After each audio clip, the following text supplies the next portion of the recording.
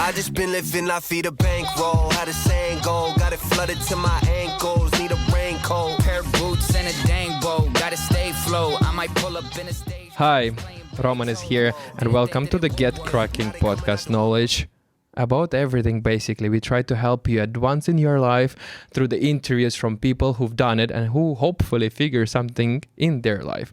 We are on a mission to healthy accelerate each one of us to happiness. And today is a bit unusual for me because we have a video set up. There are 3 cameras. There is a guest. Everything is super ready. We are going to the next level. So I am a bit nervous about that, but then also very excited. So thank you very much for tuning in. And our guest is here, Juska. Welcome to the pod. Thank you for having me, Roman. Nice to have the invitation. I'm super excited, but a bit nervous as well. A bit nervous. But I think that's good. Good sign. Before we go to our agenda today, we have a tradition in our podcast. Everybody who comes in is being forced to do the pitch presentation of themselves.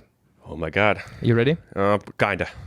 Floor is yours. I'm going to do it in 3 seconds. I'm a Finn. No, just kidding. Yeah. Okay, we go now.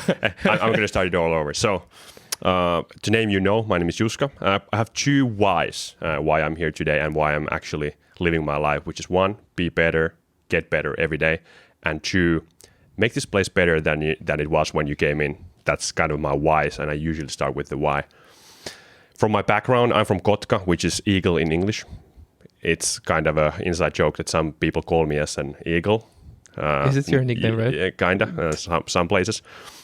But Kotka is a kind of a blue-collar city, which means that I'm really kind of gotten this determination, discipline, and attitude through the city, place I worked, and people I live with, which is a huge, I could say, a factor why I'm in sales and business development. I used to be in football, so I really use these same skills and attitudes and behavior in the sales. And at the same time, I believe that sales is the could I say, route for me to be a best possible asset for doing greater good. But from that, I want to be remembered as a dedicated dude who believed in you more than you believed in yourself when you had it hard. So I believe in that kind of human-to-human interaction. And the purpose for this session for me is, of course, to fulfill those 2 whys on the start and, of course, have fun with you, Roman. Cool. How did I do? I think you did great. I have no timer today, so I'm like exactly 60 I'm in the seconds. Nose. Exactly 60 seconds. I think it's great, and I'm happy that you started with why, because why is a big part of our lives, and I think everybody should figure this out. But before we tune in maybe to the subject, what do you think? Is it important to be able to present yourself? I believe it is, because at the end of the day, we can talk about sales and stuff, but for me, I believe everything is sales, and sales for me, as a definition, is ability to create value, help people, and solve problems, but at the same time, of course, create value. Right. At the same time, if you have a purpose and you can pitch it, it's super important. Crucial, actually. I believe so. Yes, 100% agree. And maybe just to frame a bit our discussion. Yeah. So you are from sales and business development and partnerships type of positions from your background. So this is our first block of content that we will be discussing today, right? Awesome. Hopefully I have something to say that people are interested of. For sure you have. Okay, so also another topics on our podcast, we frequently try to look backwards really far and then understand how did you start. So do you remember your first sales related job? Yeah, I do. Actually, it was an awesome company called Academic Work during my studies. I know this one, yeah. It was, I think, a perfect first step in B2B sales because I got the training for the first week and I just had to hit the phone and start getting results. For me, that's the best way to learn. Really go in there, start prospecting, of course, researching companies and having those calls and setting up meetings and finding problems. Of course, from that point on, I've developed myself a lot. I've been developed, but yeah. And then the first position, was it so that you need to do your cold calls like full time, or how many cold calls per day did you need to do? A lot. A lot. I don't actually remember the targets 100% exact right now, but I'm going to throw a number, 5 meetings per day you had to set those up. And of course, usually you had to call many calls, and it was only cold calls. How did you feel about that? At first, I was terrified, Right? Because of course I had a P2C sales background, which meant that talking with power decision makers wasn't kind of thing that I did from the get-go. So it was terrifying and scary. But once you kind of started to understand things that actually make the cold calls valuable, I understood that it's really crucial skill to have, because you can actually start creating value from the first questions and have a kind of the power balance in a way. You are creating value for the decision maker and for yourself at the same time. So you have to just figure out things to make it more sensible for you. The way I see it, by the way, so the cold calls are essential practice for the sales job. Yeah. So everybody should go through those. Yeah, that's a hard pitch, but I would say yes. But at the same time, I believe the culture has changed a bit. So before, and I might be wrong in some eyes, but for me at least, it was more or less cold calling, which meant that you don't know the person, you might not know who you are calling, why you are calling. But during my years in sales, I've learned that you have to actually earn the right to call, which means doing your research, you have to find some reason that you are confident about to talk with, and why you should, as a decision maker or a person, just listen to me. But I believe that's a crucial thing. There's a lot of methodologies and ways to do sales, but I believe that cold call is essential. Whatever you do, you should do it. Did you like it or not? Did you hate it or did you like it? The cold calling? I started with hate, but now I love it.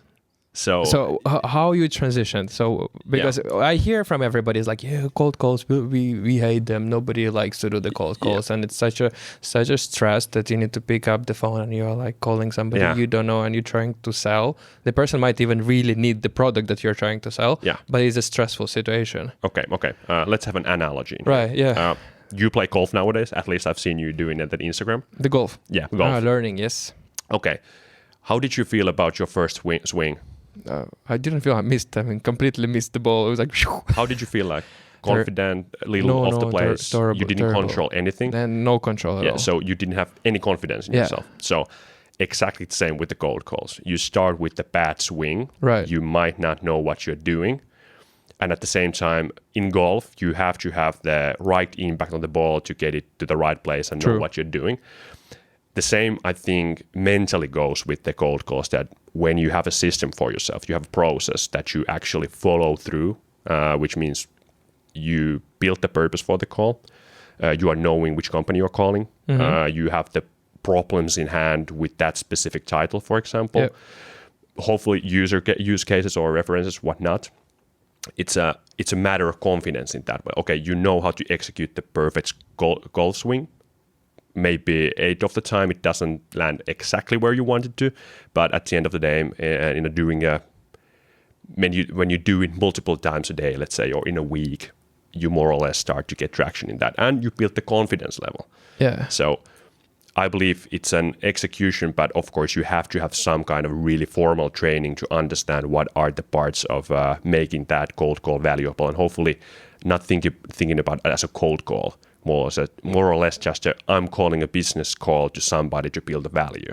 So framing that whole situation for yourself, and of course building the skills and stuff like that. That's actually a really good question. And it's such a good analogy, because I remember I also posted something like this on Instagram, and then it was a golf related kind of post, but if you extrapolate a bit further, it's about many other disciplines that it takes you practice and courage and iteration and the process, and you might need the coach that to fix your swing, etc. And there is so many things and big process you go, and then finally you actually get somewhere. Hopefully you start to close those calls, you start to set up set up the meetings, right? So that was the metric. Okay, I love it. But actually, just to reflect on that, that's actually the really good analogy. Just continue a little bit further, because when you watch the best golfers from TV, for example, does it look a little bit too easy? It's insane. So our friends who were like playing with us, they're like, and like no effort, and it goes so Holy far. One every time. Yeah. But the same goes with every profession, and when somebody is really good at something, it just looks super simple. Yeah. And I think that's the sales in a nutshell. It sounds and looks maybe easy. Yeah. Oh my God, how hard it is. Is it easy to land your first sales job? I mean, maybe not for you, but just in general for people who are interested in sales. I would say yes. Okay. It is. But then again... What should they demonstrate? Yeah, that's a good question. I'm just going to reflect on myself because that's maybe the easiest way to continue the discussion. But of course, the determination and kind of belief in yourself that you can do it, it is not that easy. But at the same time, if you show curiosity, willingness to learn, you'll get a lot of no's. So resilience in a way that you understand that it's not personal. Everybody should kind of, I would say, understand that anything in a professional life is not personal, even though it might feel like that. So just take the no's, wait for the yes, and continue the grind in a way. But those are the behavior things. But the discipline is maybe the most important part in a way. Of course, you have to be good with people one way or another. There's a different ways of showing, doing, and maybe exercising that as well. Yeah. But still, the discipline in a way, because the people who, at least who I'm seeing showing success in sales, they go in, even though it's raining, there might be some difficulties in your life. You go to work on Monday morning, 8:30, you start executing the stuff that creates value. Yourself, your company, whatever. So it's not like, well, today I don't feel like it.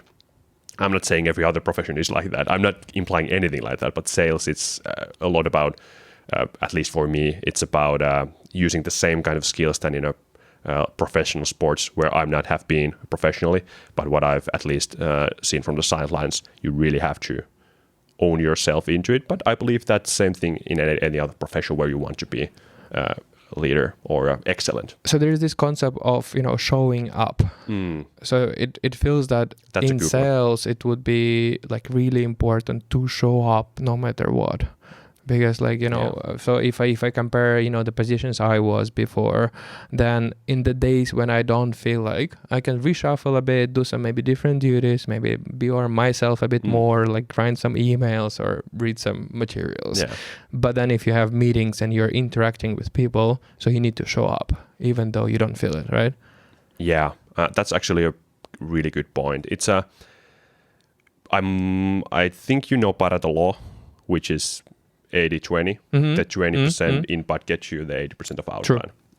I believe in that in many ways, that if you show up, you actually are on road to do something already.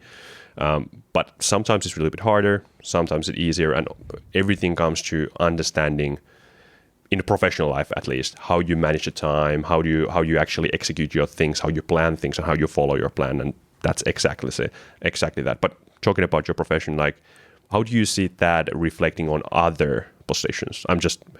I've been in sales for now maybe 5 years straight, so trying to reflect your ideas as well. So do you mean the concept of showing up? Yeah, exactly. Again, I think the best way for me to reflect from something that I've done or I was like contributing. So I was also a lot in the people related roles and the team leadership.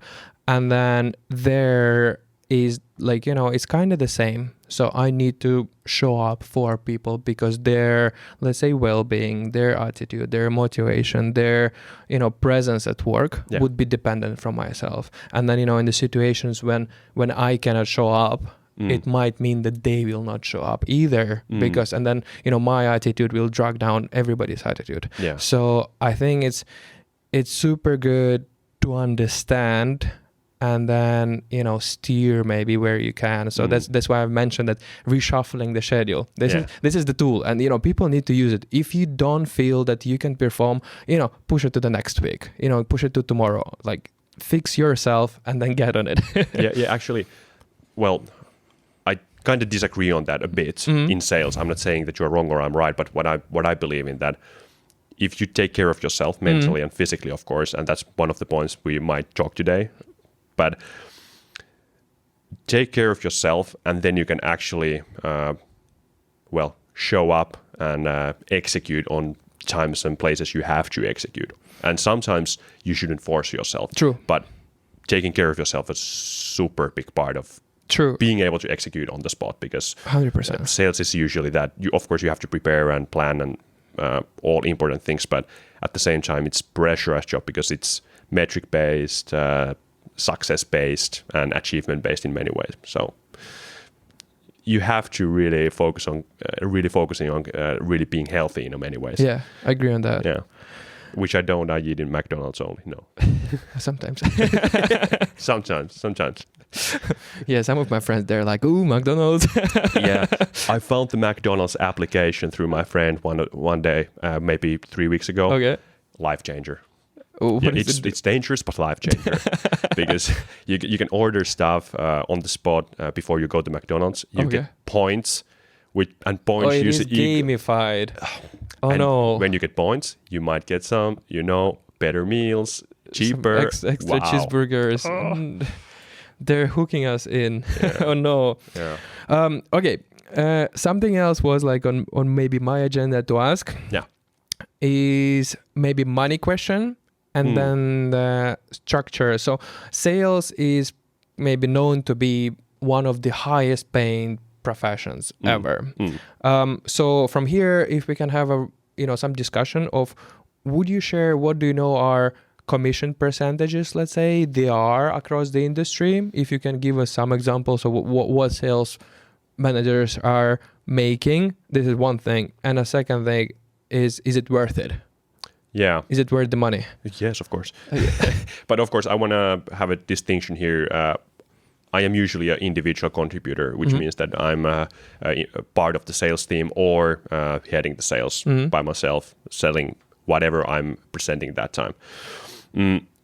Starting from, let's say, the base structure, this is my individual point of view and opinion that you should survive on the base salary, whatever it is, and then the commission, you should invest it, or could I say create bigger things with that, right. Which means that I'm not saying that everybody is on that structure or are aiming for that structure, but I'm aiming for that I have a base that I'm going to survive on my daily life, which means, of course, invoices, housing, whatever. And then when I do sales and, of course, overachieve, that's a bigger reward. And so, long story short, I believe that's worth it. But at the same time, because you are in control of your income in many ways, again, coming back to that, you really have to take care of yourself because you are usually measured by your success metrics, things like that. And some places where you go, you are a number. You are not maybe taking care of that well.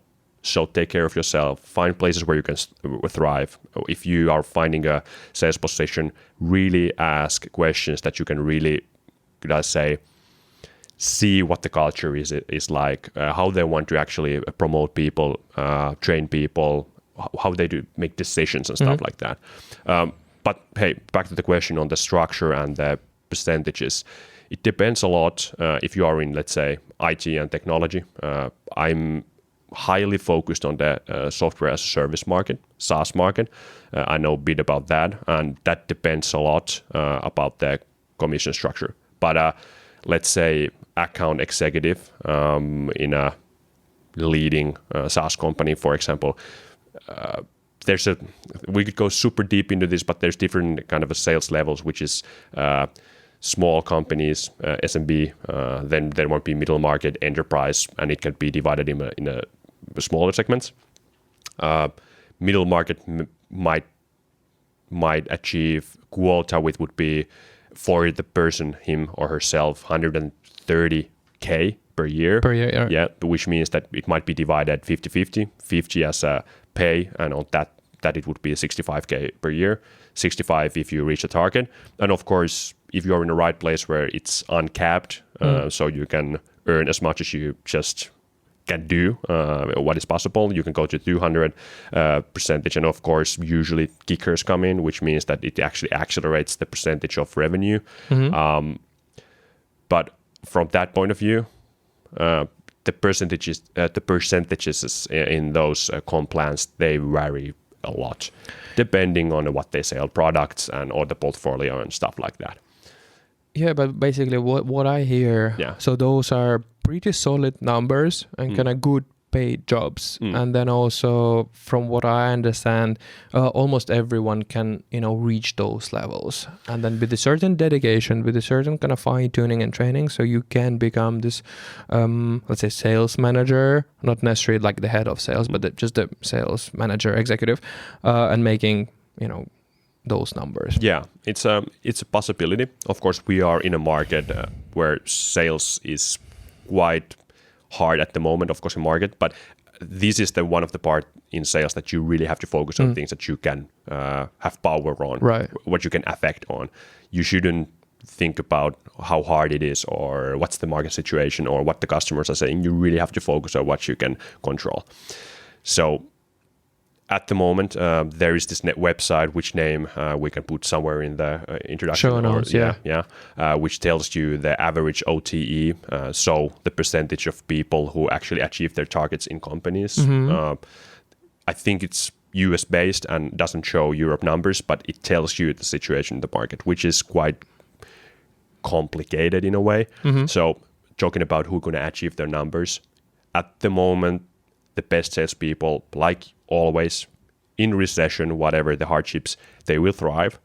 But then again, when it gets harder, I would say the floor drops a little bit further down the line. And of course, big companies have been cutting down their sales. Hands up, I've been laid off from my last position because of things that happened in the business. I couldn't control something, but still, I know the effects of it. So it's a nice game, but it's a hard game. It is.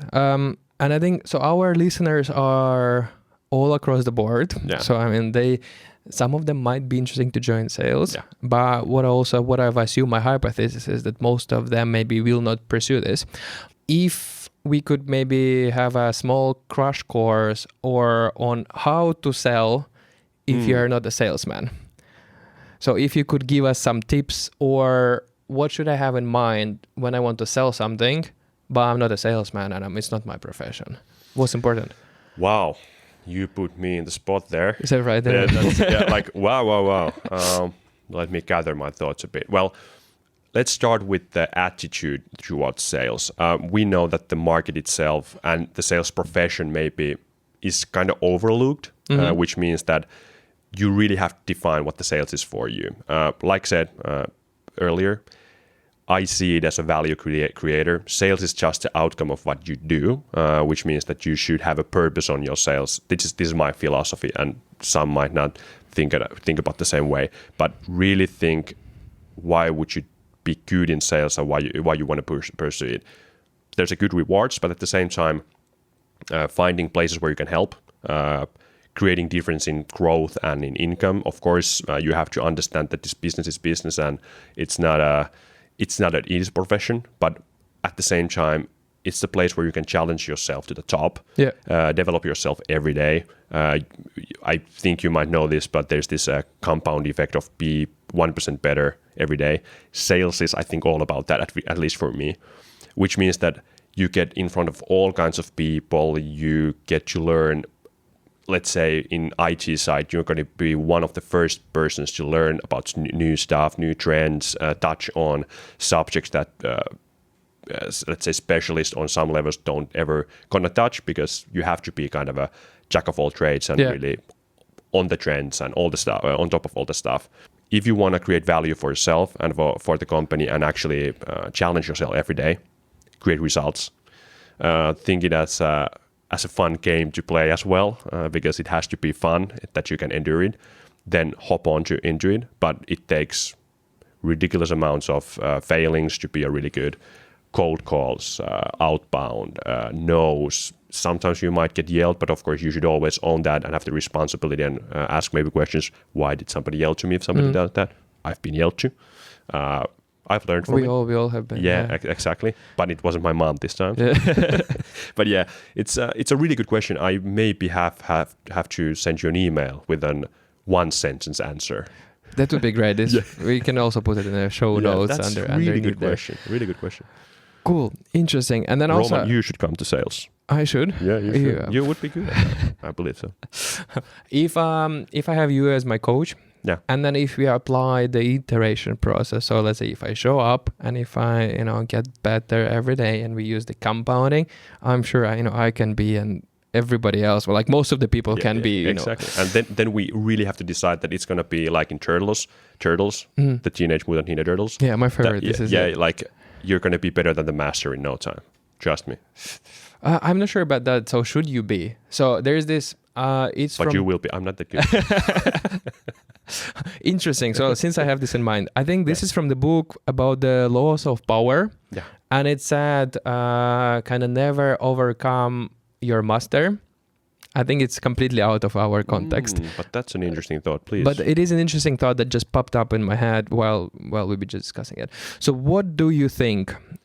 Should the Padawans, the people who are starting to get better into something, overcome their senseis, and how maybe you as a sensei would feel if something like this happens? Well, I have a question back to you. Have you chosen the right sensei if you can overcome that sensei?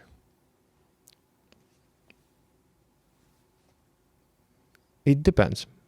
Because that's a if I think about that, if I would be a sensei and somebody overcomes me as a skills and as a professional, I would be happy for that person.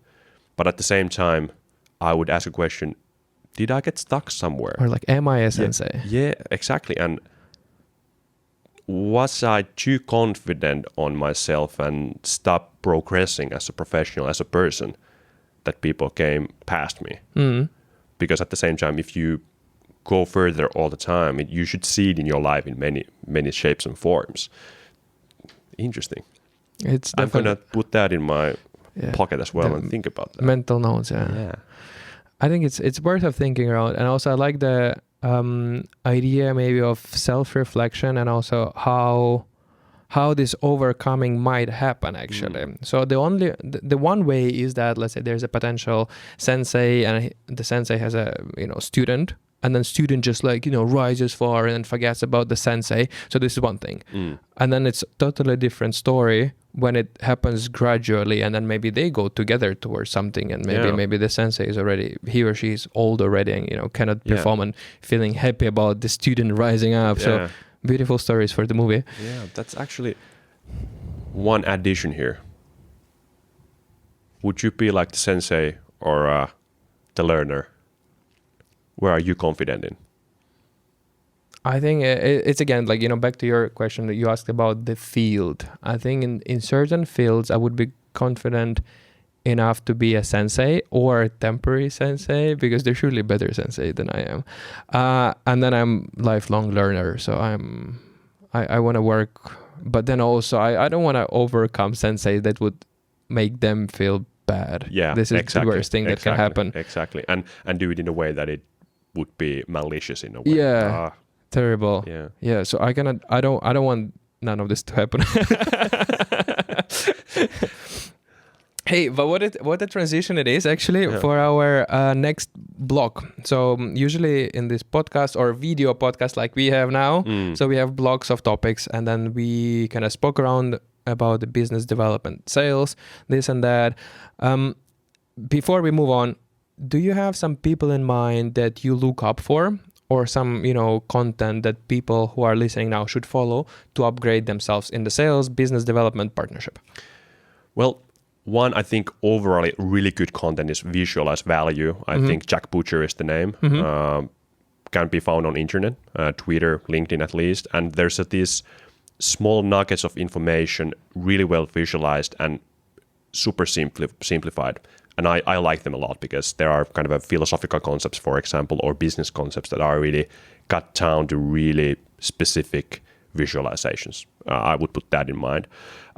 In sales context, I would say the Advanced Selling Podcast. That's really good. Even though the one problem here is that I started to listen to it when I didn't have a system and processes in place. I started to learn from there, and I found really good content and stuff like that. But there's, I believe, always help for any topic or question you have in hand in sales. I would say that. One person that I really enjoy following and having content from is a Brandon Fluhardi. Follow him on LinkedIn. He also has his own courses in internet, but really, really good content if you want to think about how to balance corporate selling and your life, which has at least have helped me a lot. But there's a lot of people in LinkedIn, and I'm a kind of a person that really, really digests a lot of content and try to get learnings from all kinds of stuff. Do you notice sometimes Stephen Hawking, read his book about stuff, because when you listen to it, you understand, oh my God, I'm a simpleton. So ground yourself. Yeah. This is really valuable. We're gonna also put all the materials in the show notes, so you can all find them there. And then we are moving on to the next block of questions or topics to discuss. Awesome. Juska, what fulfills you? Helping others. It's really important for me. But when I was younger, I didn't think that it has to be in balance. And to help others, I have to help myself first, which means to take care of myself and stuff like that. But helping others, and of course, it comes in all shapes and forms. I want to be a good partner for my wife, a good friend for my friends, a good family member for my family. And then again, we expand at the professional level. I want to be really good what I do, but at the same time, be really transparent and always try to create and drive value. And that's sometimes really hard because it's really intangible. So sometimes creating value means that I have to say no to somebody else because of my values. Whatever, is it the professional life or my personal life, it doesn't matter. But helping others, but we should have a 30-minute discussion on that so we can really dig deep. Separate podcast. Exactly. It's going to be episode 2 with Juska. It's like the bonus episode, exactly. Maybe before New Year. I think the Christmas and New Year, when we all think of what happened through the year. This is also a good time not to only project further, but also reflect backwards and understand who did you help this year, or what kind of value you generated. I like when you speak a lot about the value, and I think this value concept, that's what I see in all different fields. In sales, you create value. In entrepreneurship, you create value as the company. You make the business happen, and this is how it is. In the team leadership, you create value for your team and for your organization because you enable the business to happen. Exactly. So the whole value concept and the whole approach to help out other people. This is great. But the thing is here, I talk a lot about value, at least personally, but at the same time, you have to really, whatever the case is, you have to concretely nail down what's the value, because if you cannot do it, it might not be that valuable. Just so you really have to understand, okay, if I want to create value for this person or this company, what is going to be? Sometimes it's, let's say, money. Sometimes it's answer to a question for a person who asks from you, well, what is it for me? What is it in it for me? And if you can answer that, that's value. So that's the value, you really have to have a concrete ideas of that as well, and really have something there to prove in this material world as well.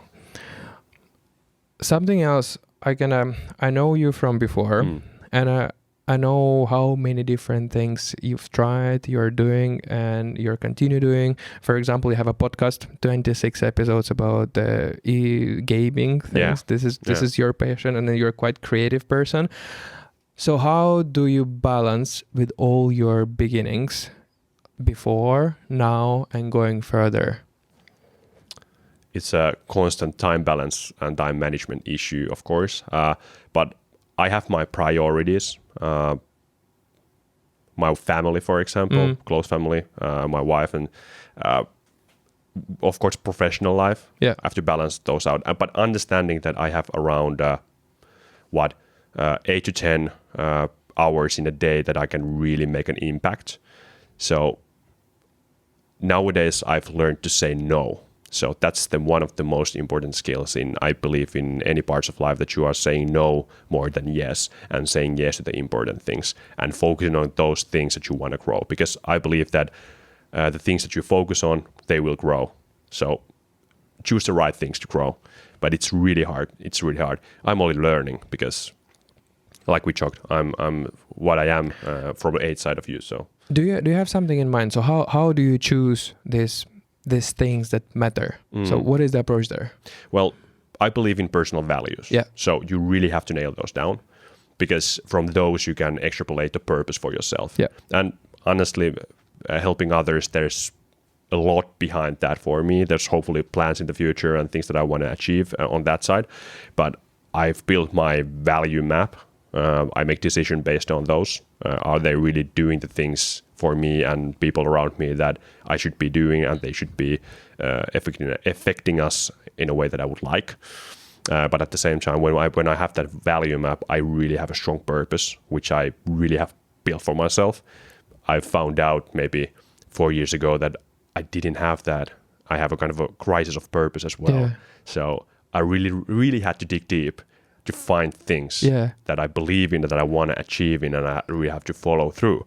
Because at the end of the day, when you're in a hard spot, if it doesn't matter to you, you might fall back, you might just quit.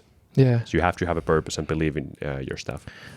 And I fully resonate with that. And also, interestingly, roughly maybe 4 years ago, I remember that I caught myself on the thinking that I've following up on a certain like value concept for my work. I used to work in Swappy and I was a team lead. So I used to take care of the team and build certain value maps for the team, try to, extrapolate company values to the team values. So I've done a lot of work around that. And then I looked at myself and I'm like, yeah, but what about me? What are my values? What I'm worth of, what I'm chasing, what are my why? And then I also done a lot of homework and a self-work to also build something and kind of try to follow.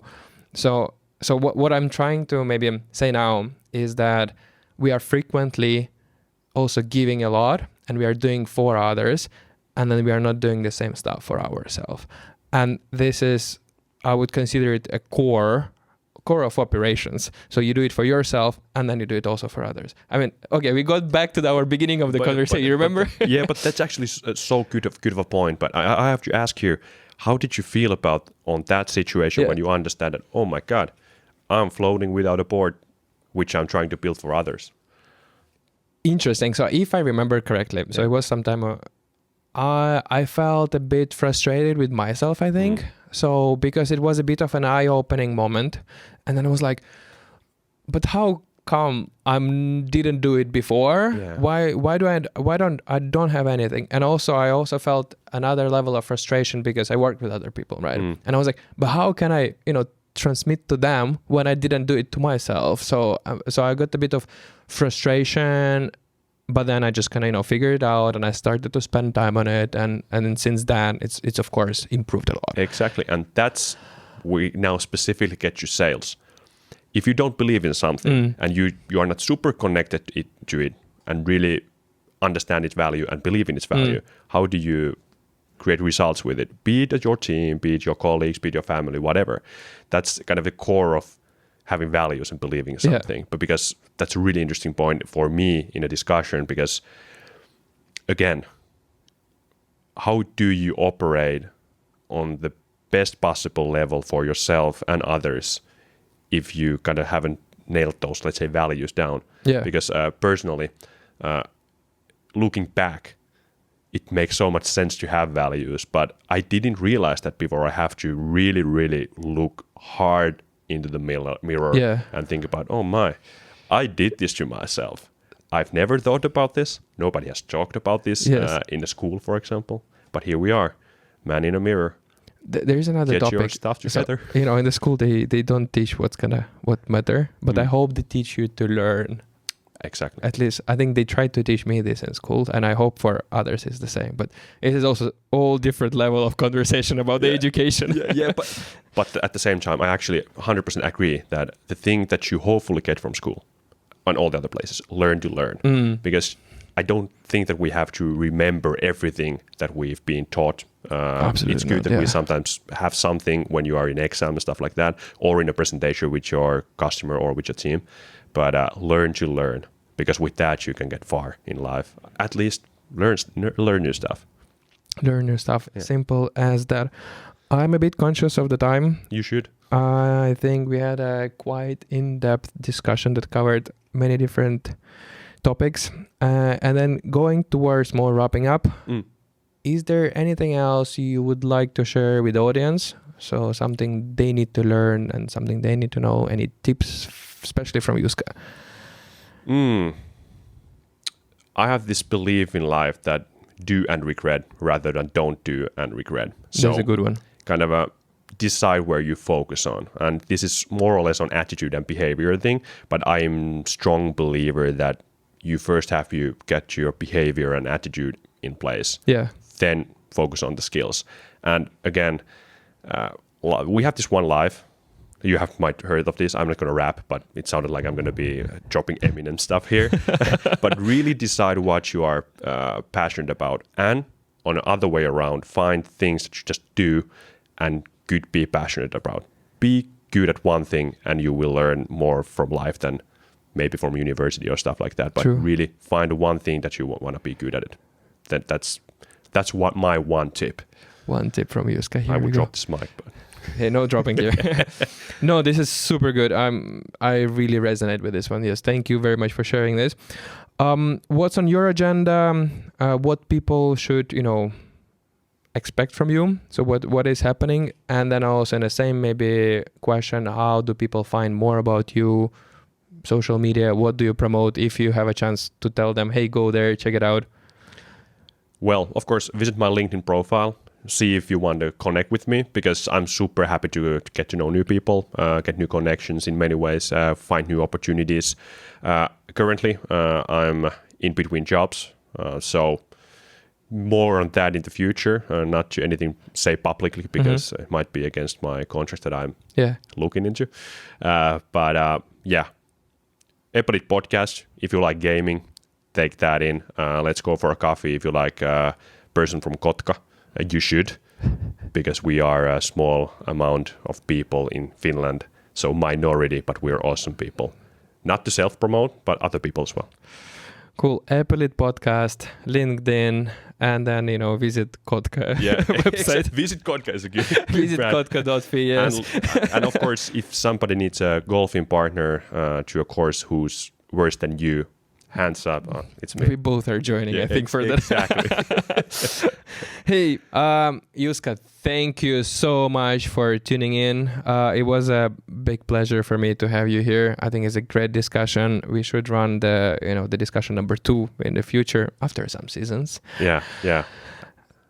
Thank you, everybody who was there listening and watching to us. I'm super happy that you guys are doing that. I really appreciate it, and it means a lot to me. And also click this, follow and subscribe buttons because it is important. This is how I track that, somebody's watching. This is how I'm, getting inspiration to work more and get the podcast better. Yes, that's it. Thank you very much. Hey, thank you, Roman. Thank you for having me. And follow Roman. That's an order. That's the pod. Got it flooded to my ankles, need a raincoat, pair of boots and a dang bow, gotta stay flow. I might pull up in a stagecoach playing Beethoven. Whoa.